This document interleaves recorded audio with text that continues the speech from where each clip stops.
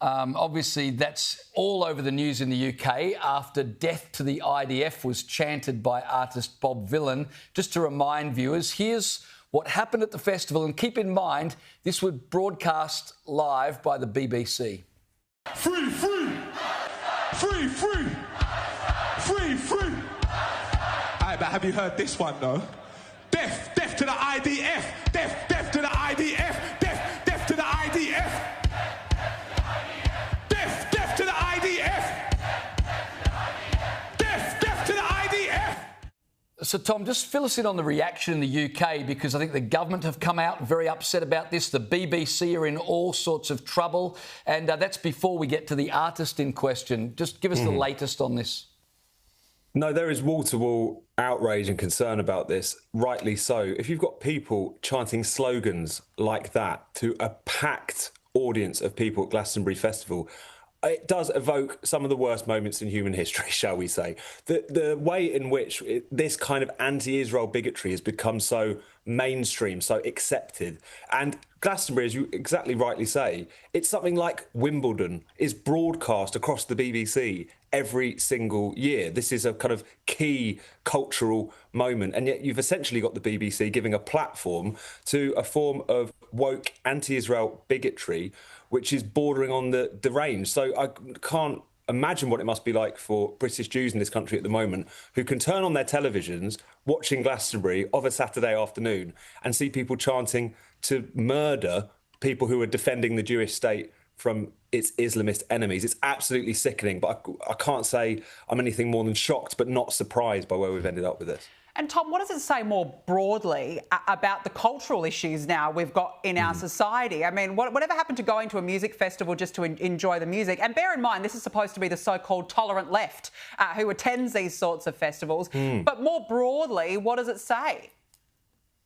I think it says that a lot of the kind of cultural elites, a lot of what passes for supposedly countercultural pop music and so on these days has just become completely lost to this new form of bigotry and intolerance. I don't think there's any two ways to say about that. People say, oh, he was chanting about the IDF. This is a trick that Hamas use, incidentally. They say that all civilians pretty much are fair game, but because of national service, therefore they're military targets. So we've got to recognise the scale of what we're dealing with here.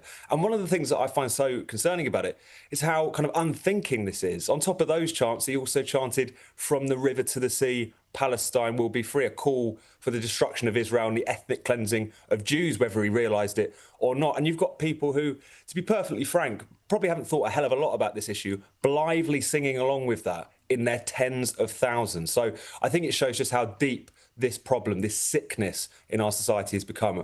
And we really need to confront it. If watching tens of thousands of people on television chanting those slogans isn't enough to make us really take this issue seriously, I don't know what will.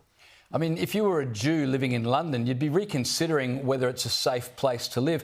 I want to show you a tweet by an Australian journalist, Latika Burke, who kind of got it right, but got it really wrong. She wrote, "Watch MAGA go nuts about this. This will be a huge story in the UK, possibly globally.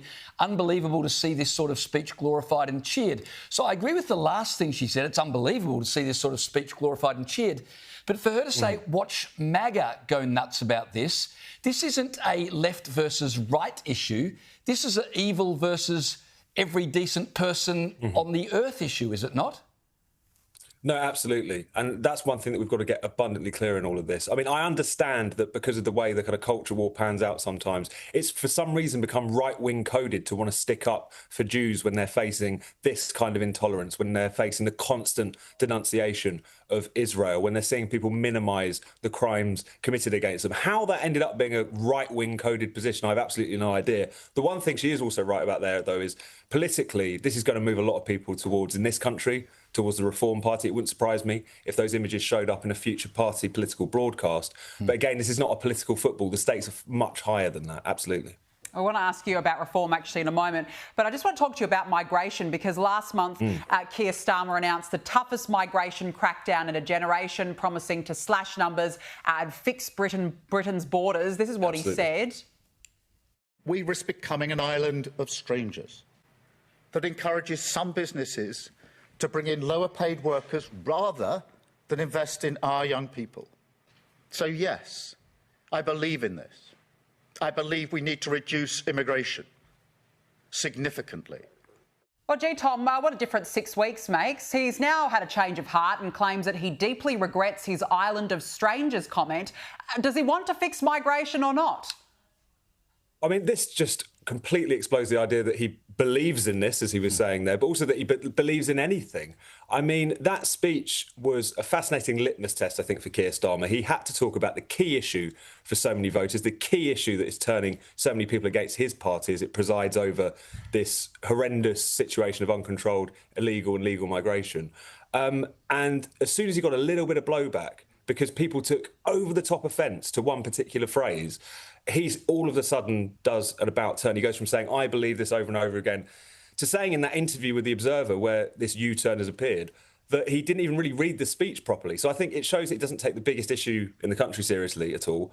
And also I think it's a reminder, as many of us have suspected, that there's not really much this man believes in at all, apart from the fact he would quite like to continue to be Prime Minister.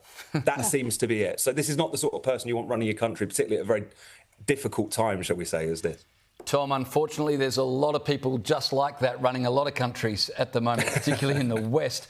You mentioned Reform Party. I want to ask you about Nigel Farage. He's outlined his plan for taking power, but he said in an article published in the UK Times, if I can't give young men a voice, wait till what comes after me. What does he mean by that, and does he have a point?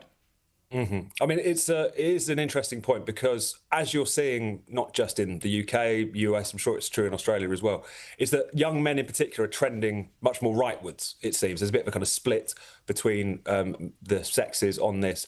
And I think he's making a very interesting point, which is to say, it's not necessarily that it's all about him, but if a party like Reform cannot speak to those concerns, which the younger generations are twigging onto as much as anyone else, about questions of migration, multiculturalism, the way in which a country is changing without the people who are already here necessarily having a say in that, then people are going to start casting around for alternatives. And the alternatives could be more extreme, could be more genuinely unpleasant. So I think this is a point that Nigel Farage is trying to make a virtue out throughout his career, which is to say that if you don't deal with these things from what he would consider a centre-right position, then you can't really complain when something more extreme pops up. So whether or not it's true, whether or not it's all about him necessarily, I think he makes an interesting point about why you've got to listen to these concerns if you don't want them to curdle into something a little bit darker. You know, it's interesting, Tom. I was just in London a couple of weeks ago and I had a taxi driver there say to me, I don't like Nigel Farage. He's really, really racist. Can't stand the bloke. But why do you think that he is starting to make ground? I think it's a mix of things. Obviously, it's the crumbling of the two main parties has allowed this space for reform to come through, the way in which they've just completely imploded.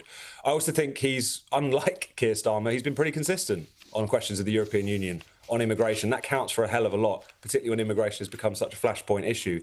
And he does just have that ability to connect with people. Maybe not your cab driver, Danica, but other people around the country. It's been striking in particular over the last few years how many kind of the younger generations are really becoming attached to him. I believe his TikTok following is bigger than all of the other MPs in the House of Commons combined.